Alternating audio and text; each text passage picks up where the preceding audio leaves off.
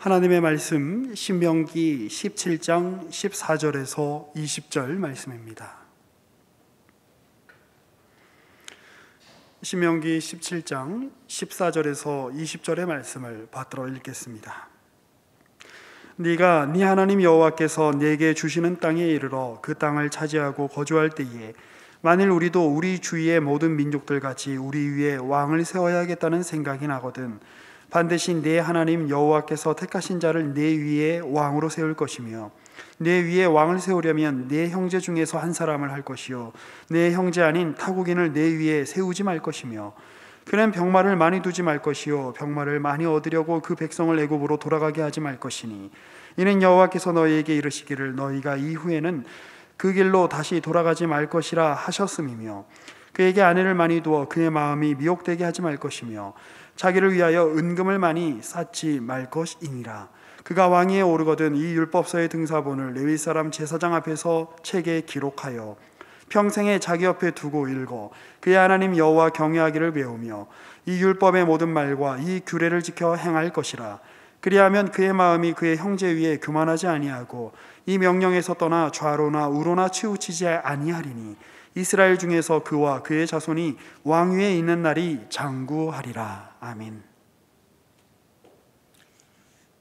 성경의 이야기는 우리에게 언제나 애매한 느낌을 줍니다.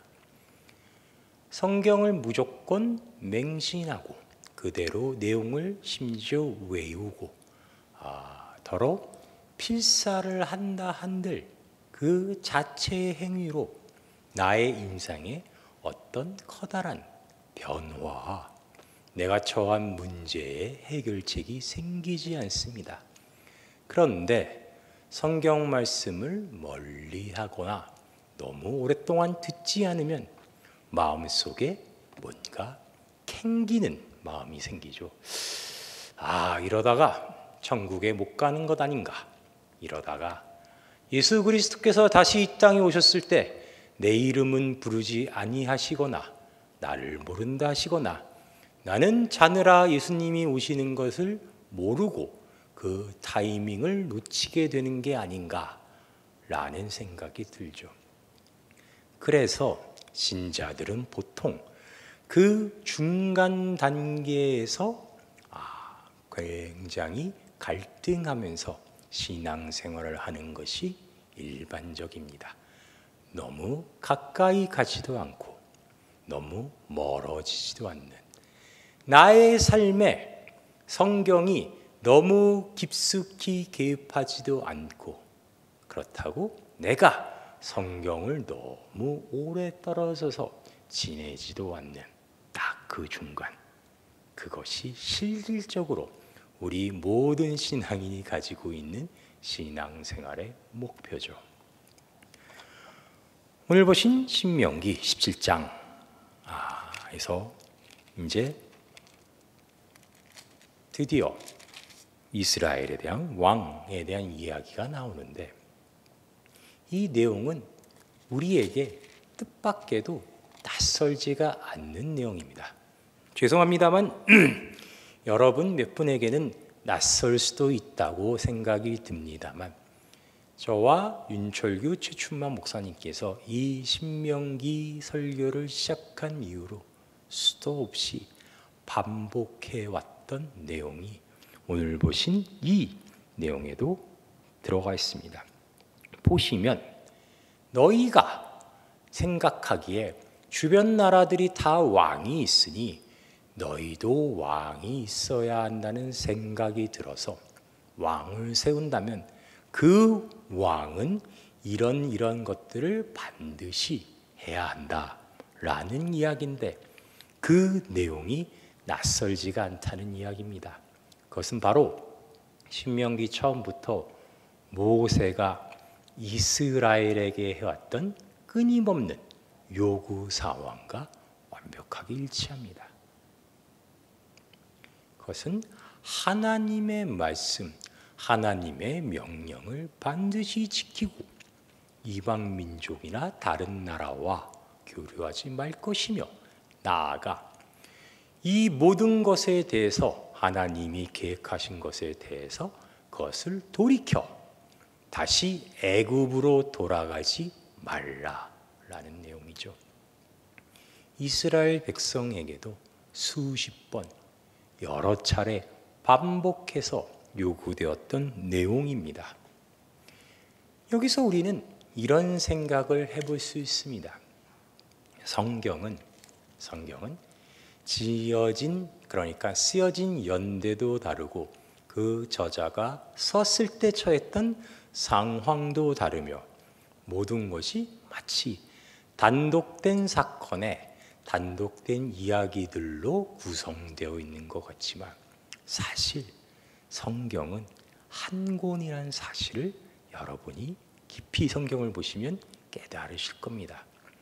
제가 무슨 얘기를 하려고 그런 얘기를 하냐면 오늘 보신 이 반복되었던 내용이 기록된 것이 단순히 반복으로 그치는 게 아니라 이 안에는 성경 전체를 하나의 이야기로 만들어버리는 놀라운 이야기가 숨어져 있다는 말입니다. 그리고 또한 그 이야기는 지금 이 대한민국의 현실을 살면서 아까 제가 말씀드린 그 이러지도 못하고 저러지도 못하고 가운데 자리에서 고생하고 있는 여러분에게도 직접적으로 해당되는 이야기가 들어 있습니다. 왜 여러분의 인생이 그러한가에 대한 이야기란 말입니다. 이스라엘은 출애굽 때 하나님께 다음과 같은 이야기를 들었습니다. 그들이 구원받은 목적인데요. 더 깊게 설명하자면 왜 하나님은 그들을 애굽에서 구원하셔서 광야를 거쳐 가나안으로 이끄시는가라는 이야기를 출애굽 때 하신 적이 있습니다. 하나님의 목적은 그들로 하여금 제사장의 나라를 만드시는 것이었습니다. 다시 말해 가나안에 들어간 이스라엘은 이 세상을 향하여 제사장의 역할을 하는 나라를 만드는 것이었습니다. 민주주의 사회를 살고 있는 우리에게 나라를 건설한다는 것은 나라에 필요한 것은 3요소만 있으면 됩니다. 그 나라를 구성하는 3요소는 영토, 국민, 주권이죠. 그런데 성경에서 말하는 나라를 세운다는 의미는 지금 우리가 이해하고 있는 그 나라를 세우는 것과는 그 내용이 다릅니다. 히브리어로 나라를 세운다는 것, 이 출애굽기에 제사장 나라를 만든다의 그 나라를 만든다는 것은 원래 왕을 뜻하는 멜렉이라는 히브리어 단어에서 파생되었습니다. 즉 멜렉이란 왕을 뜻하는 명사의 동사형이 나라를 세운다라는 뜻입니다. 그것을 직접적으로 풀이하자면 이때 나라를 세운다는 성경의 의미는 왕을 세워서 그 왕이 통치하는 나라를 건설한다라는 뜻입니다. 즉 제사장 나라를 만든다는 것 자체에 원래 그들을 통치하는 왕을 세운다라는 의미가 포함되어 있었던 거죠. 여기서 우리는 또 다른 생각 때문에 이 내용이 조금은 혼란스럽게 여겨집니다. 왜냐하면 하나님은 줄곧 이스라엘을 향해 그들이 하나님의 백성이라고, 하나님 나라의 백성이라고 하는 표현을 주구장창 쓰셨습니다. 그렇다는 얘기는 이스라엘의 실질적인 왕은 하나님이란 얘기죠. 근데 이 오늘 보신 신명기 내용에 보면 놀랍게 이런 내용이 나오죠. 너희가 주변 나라를 봐서 너희도 왕이 필요하다는 생각이 들어 왕을 세운다고 하면은 라는 표현이 나오죠. 오늘 보신 본문에 나오는 표현입니다. 이것은 뜻밖에도 후대에 일어날 일에 대한 예언입니다. 이스라엘은 사사시대 말기에, 그러니까 사무엘 시대 말기에 사무엘의 아들들이 아버지를 이어 사사의 역할을 하다가 그들이 일을 공정하지 못하게 처리하자 사무엘을 찾아가 직접적으로 자기들에게도 왕을 세워달라고 요구합니다. 그때 하나님이 사무엘의 그 얘기를 들으시고 하신 말씀이 있습니다. 이스라엘이 왕인 나를 두고 왕을 세워달라고, 왕을 달라고 하는 건 그들이 나를 버리는 것이다. 즉 하나님이 왕이시란 사실을 거부하는 것이라고 말씀하십니다. 그런데 그럼에도 불구하고 하나님은 그 요구를 받아들이셔서 그들에게 왕을 세우십니다. 그렇게 세워진 왕이 사울입니다. 일단 거기까지 보시고 오늘 보신 내용을 다시 깊이 들여다봅시다. 제사장 나라를 세운다는 것은 결국 왕을 세운다는 것과 연결이 있는데, 제사장 나라를 세우는 백성에게 요구됐던 똑같은 조건이 그 나라 왕에게도 똑같이 요구된다는 것은 이제 논증적으로 풀어보면 이 세상의 제사장 노릇을 하게끔 요구받았던 그 이스라엘처럼 이 이스라엘 왕도 같은 역할을 요구받는다는 것입니다. 그 역할이란 똑같이 제사장의 역할이라는 거죠. 제사장은, 여러분이 상상하시는 제사장의 주된 업무는 제사죠. 제사니까 제사장이라는 거는 호칭을 쓰겠죠. 그 제사란 여러 가지 제사가 있지만 제사의 의미를 간략하게 설명하자면 죄로 인해 사이가 벌어진, 고립해진 하나님과 사람의 관계를 다시 화목시키는 역할을 합니다. 어떻게 그 역할을 하게 되냐면 자기가 대신하여 속죄의 예를 올림으로써, 속죄의 제물을 올리는 제사를 통하여 하나님과 그 하나님의 백성과의 관계를 다시 화목하게 하는 것. 이스라엘로 본다면 다른 민족들, 하나님을 향해 범죄하고 모르던 그들을 대신하여 그들이 제사를 지냄으로써, 또 죄를 짓지 않음으로써 그들과 하나님을 다시 화목해 하는 역할을 하는 거죠. 그 똑같은 역할을 이스라엘을 위해서는 이스라엘 왕이 하는 겁니다. 그래서 원래대로라면 그들은 가나안에 들어가자마자 하나님께서 의도하시는 그런 화목해 하는 나라를 건설했어야 하는데 그들의 실상은 그렇지 못했습니다. 일이 어떻게 들어갔냐면 신명기 1장을 보십시다.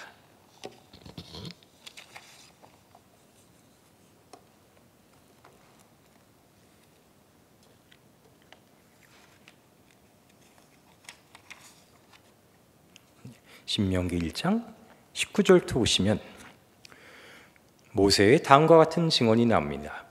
우리 하나님 여호와께서 우리에게 명령하신 대로 우리가 호렙산을 떠나 너희가 보았던 그 크고 두려운 광야를 지나 아모리 족속의 산지 길로 가데스바네아에 이른 때에 내가 너희에게 이르기를 우리 하나님 여호와께서 우리에게 주신 이 아모리 족속의 산지에 너희가 이르렀나니 너희의 하나님 여호와께서 이 땅을 너희 앞에 두셨은즉 너희 조상의 하나님 여호와께서 너희에게 이르신 대로 올라가서 차지하라.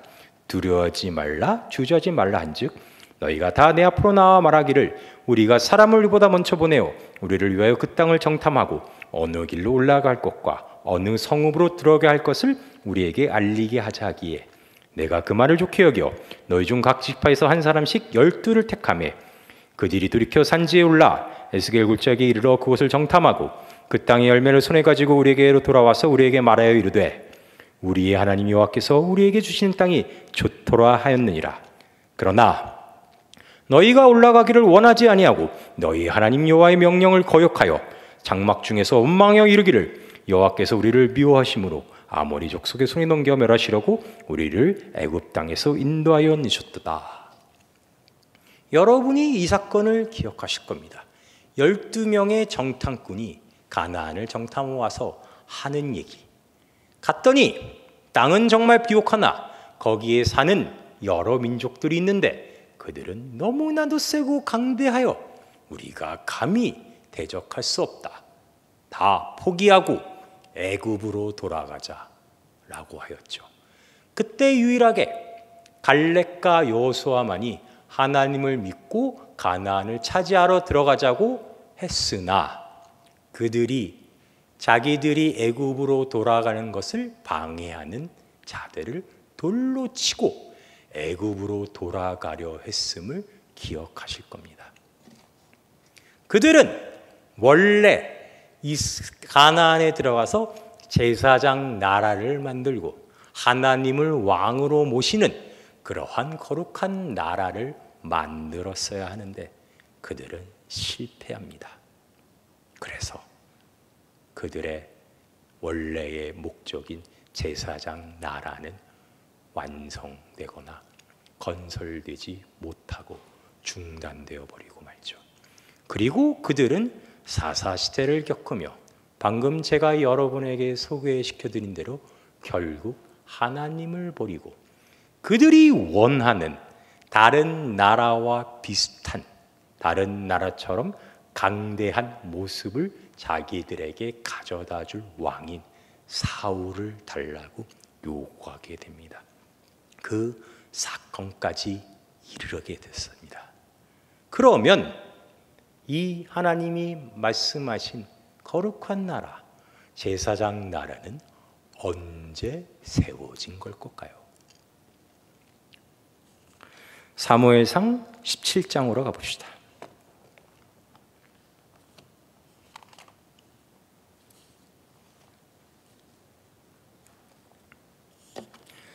사무엘상 17장에는 여러분께서 너무나 잘 아시는 다윗과 골리앗의 이야기가 나옵니다. 사무엘상 17장 37절. 또 다윗이 이르되 여호와께서 나를 사자의 발톱과 곰의 발톱에서 건져내셨은즉 나를 이 블레셋 사람의 손에서도 건져내시리이다. 사울이 다윗에게 이르되 가라, 여호와께서 너와 함께 계시기를 원하노라. 이에 사울이 자기의 군복을 다윗에 입히고 노투구를 그의 머리에 씌우고 또 그에게 갑옷을 입히매 다윗이 칼을 군복 위에 차고는 익숙하지 못하므로 시험적으로 걸어보다가 사울에게 말하되 익숙하지 못하니 이것을 입고 가지 못하겠나이다 하고 곧 벗고 손에 막대기를 가지고 시내에서 매끄러운 돌 5을 골라서 자기 목자의 제구 곧 주머니에 넣고 손에 물매를 가지고 블레셋 사람에게로 나아가니라. 블레셋 사람이 방패든 사람을 앞세우고 다윗에게 점점 가까이 나아가니라. 그 블레셋 사람이 둘러보다가 다윗을 보고 업신여기니 이는 그가 젊고 붉고 용모가 아름다움이라. 블레셋 사람이 다윗에게 이르되 내가 나를 개로 여기고 막대기를 가지고 내게 나왔느냐 하고 그의 신들의 이름으로 다윗을 저주하고 그 블레셋 사람이 또 다윗에게 이르되 내게로 오라, 내가 내 살을 공중의 새들과 들짐승에게 주리라 하는지라.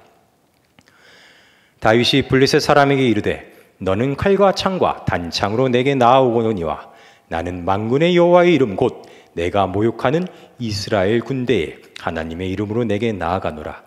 오늘 여호와께서 너를 내 손에 넘기시리니 내가 너를 쳐서 내 목을 베고 블레셋 군대의 시체를 오늘 공중의 새와 땅의 들짐승에게 주어 온 땅으로 이스라엘의 하나님이 계신 줄 알게 하겠고 또 여호와의 구원하심이 칼과 창에 있지 아니함을 이 무리에게 알게 하리라. 전쟁은 여호와께 속한 것인즉 그가 너희를 우리 손에 넘기시리라. 방금 다윗이 한 행동은 블레셋 군대를 보고 골리앗을 보고 겁에 질려 전장에 나가지 못하고 있는 이스라엘을 대신하는 행위죠.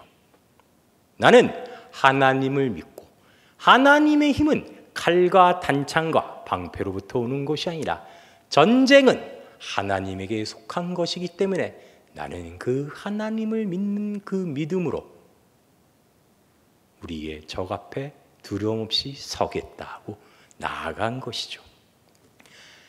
이스라엘이 처음 가나안에 와서 하지 못했던 것, 그들이 광야에서 그들이 이 세상을 사는 힘은 그들이 애써 힘써 지어서 벌어온 농사나 어떤 장사나 그런 곡물과 재물로 그들이 사는 것이 아니요, 그들의 정체성은 하나님이 먹이시는, 하나님이 은혜를 베푸시는, 하나님이 그들과 함께 하신다는 그 사실을 믿고 담대하게 나아갔어야 했던 그것을 못하여 하나님의 나라가 이루어지지 못했었는데, 이제 다윗이 이 이스라엘을 대표하여 그 역할을 드디어 완수하는 겁니다.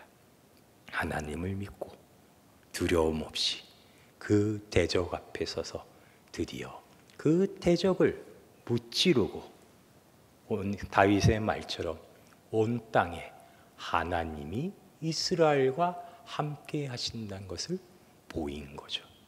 드디어 이루어졌습니다.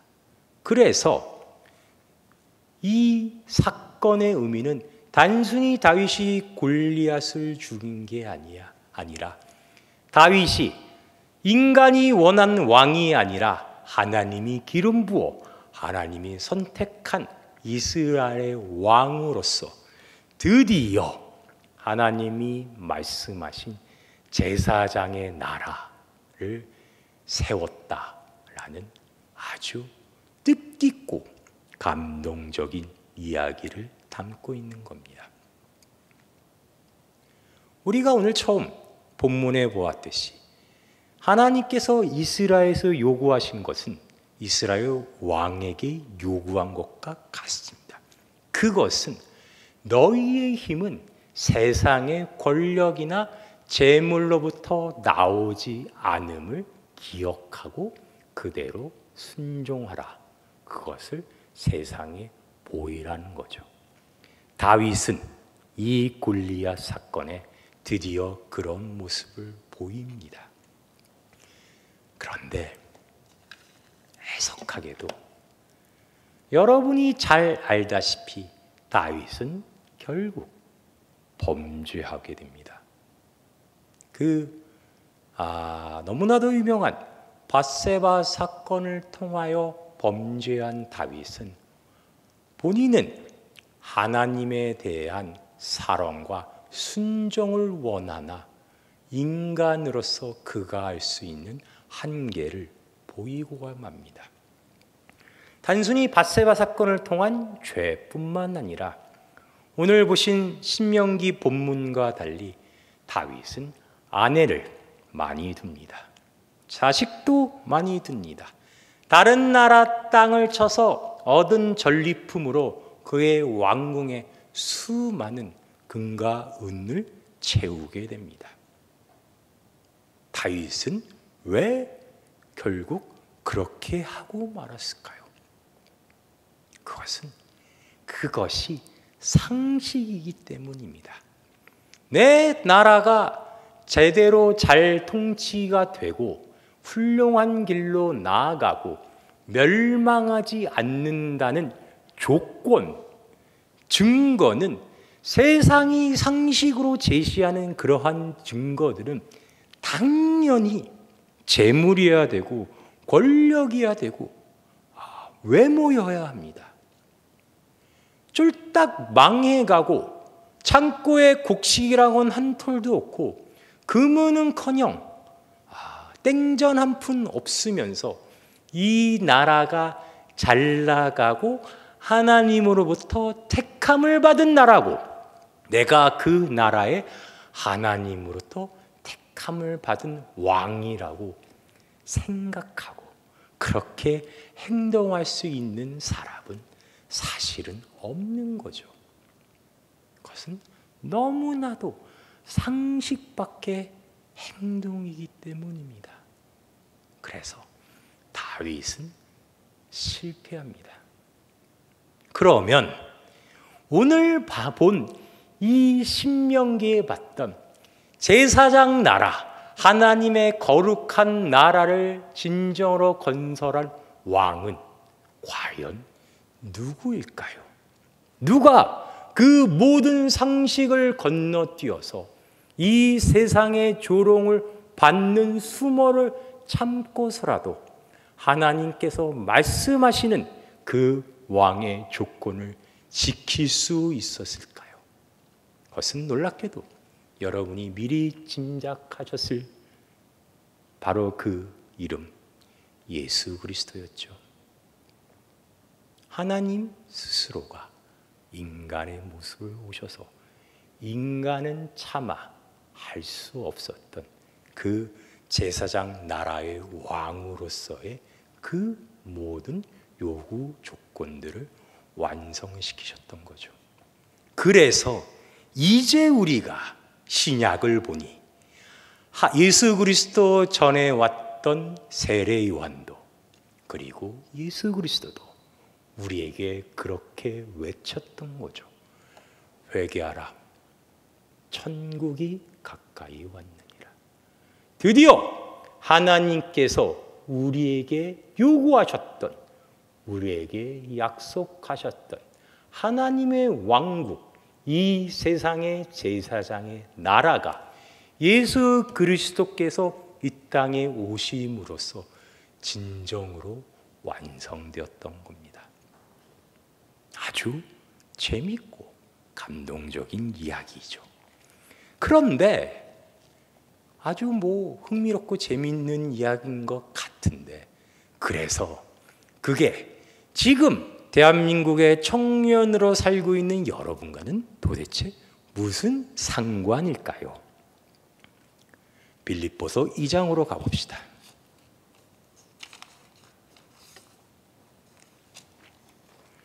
빌립보서 2장 1절입니다. 그러므로 그리스도 안에 무슨 권면이나 사랑의 무슨 위로나 성령의 무슨 교제나 국륜이나 자비가 있거든 마음을 같이하여 같은 사랑을 가지고 뜻을 합하여 한 마음을 품어 아무 일에든지 다툼이나 허용으로 하지 말고 오직 겸손한 마음으로 각각 자기보다 남을 낮게 여기고 각각 자기 일을 돌볼 뿐더러 또한 각각 다른 사람들의 일을 돌보아 나의 기쁨을 충만하게 하라. 너희 안에 이 마음을 품으라. 곧 그리스도 예수의 마음이니 그는 근본 하나님의 본체시나 하나님과 동등됨을 취할 것으로 여기지 아니하시고 오히려 자기를 비워 종의 형체를 가지사 사람들과 같이 되셨고 사람의 모양으로 나타나사 자기를 낮추시고 죽기까지 복종하셨으니 곧 십자가에 죽으심이라. 이게 무슨 얘기인 것 같습니까? 제사장 나라가 완성이 되었다. 그 왕이신 예수 그리스도께서 오셔서 우리의 왕이 되셔서 모든 걸 이루셨다는 게 대체 무슨 말인가요? 제사장 나라, 모든 백성이 이 세상에서 제사장이 되는 나라, 그 백성이 제사장이라는 것의 모델은, 본보기는 바로 그 나라 왕인 예수인 나라, 이 모든 게 완성되었다는 이야기입니다. 여러분에게 지금 이 자리에 오신 여러분 개개인의 요구받는 것이 바로 제사장이란 얘기입니다. 어떤 제사장이냐면 예수와 같은 제사장이죠.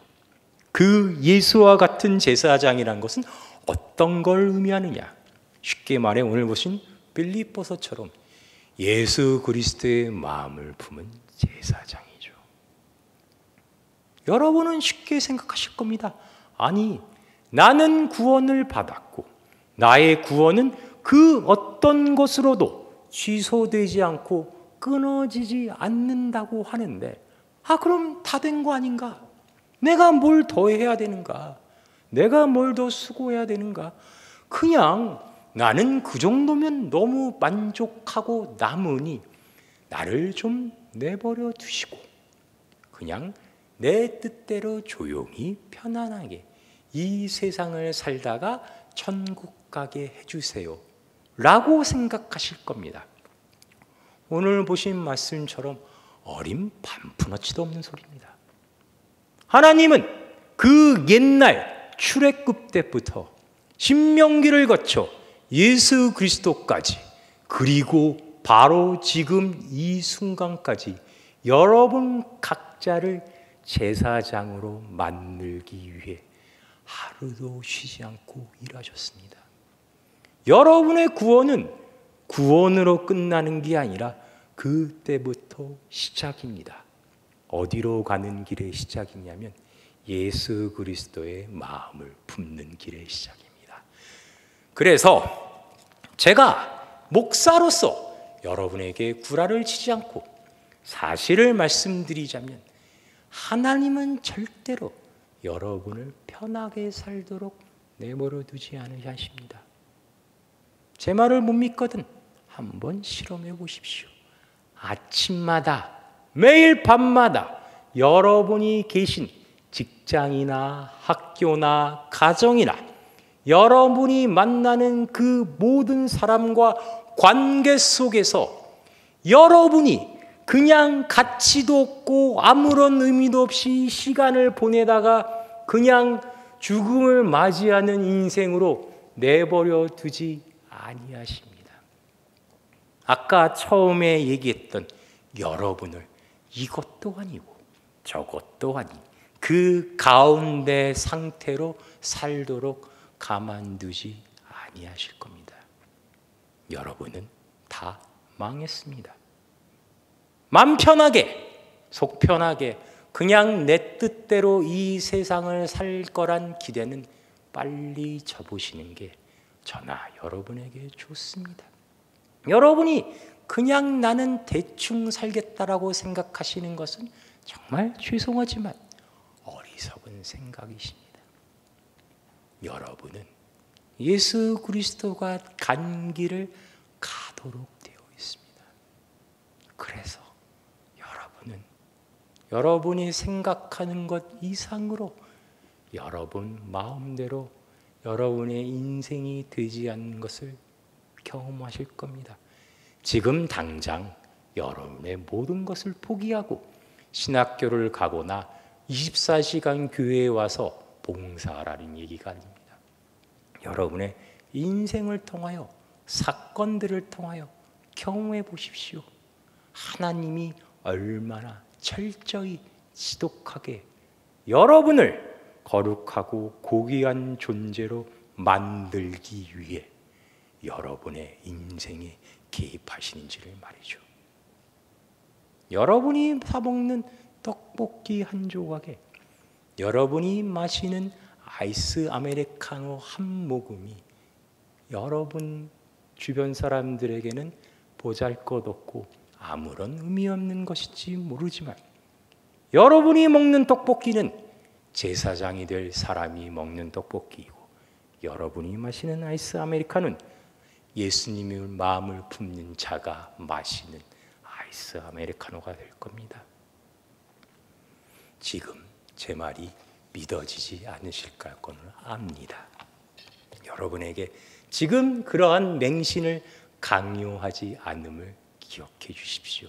또한 여러분이 앞으로 인생을 살면서 하나님이 여러분의 인생에 같이 동행하고 계심을 깨달을 때 그때 돼서 제가 오늘 여러분에게 전해드린 이 성경의 말씀을 기억해 주십시오. 여러분은 그렇게 성경이 증언하는 고귀한 존재들입니다. 기도하시겠습니다. 하나님 아버지 은혜를 감사합니다. 하나님은 우리를 그 옛날부터 우리의 믿음의 주상인 아브라함부터 이삭으로부터 야곱으로부터 우리를 향해 깊은 뜻을 품으시고 우리를 위해 예수 그리스도를 왕으로 보내셔서 하나님의 나라를 완성하시고 우리를 그 나라의 거룩한 백성으로 불러주신과 동시에 이 세상을 향한 제사장으로 삼으셨습니다. 하나님은 그저 우리의 뜻대로 잠시 잠깐 벌레처럼 살아가고자 하는 우리들을 깨우치셔서 이 세상의 가장 고귀한 존재인 하나님의 모습을, 형상을 드러내는 존재로, 그런 자녀로 만드셨습니다. 우리의 인생 하루하루가 그렇게 우리를 빚어가고 만들어 가시는 하나님의 놀라우신 예술 작품임을 깨닫습니다. 우리가 비록 실족하고 실수하고 아무런 발전이 없는 그런 나약하고 무지한 존재같이 여겨지지만 우리를 향한 하나님의 뜻이 불변했던 것처럼 우리에게 주신 하나님의 약속 또한 불변한 것임을 우리가 믿습니다. 하나님을 향한 그런 우리의 믿음이 우리가 이 세상을 견디며 살아가는 가장 큰 힘이자 양식이 될 수 있도록 주께서 은혜 베풀어 주시옵소서. 예수님의 이름으로 기도하였습니다. 아멘.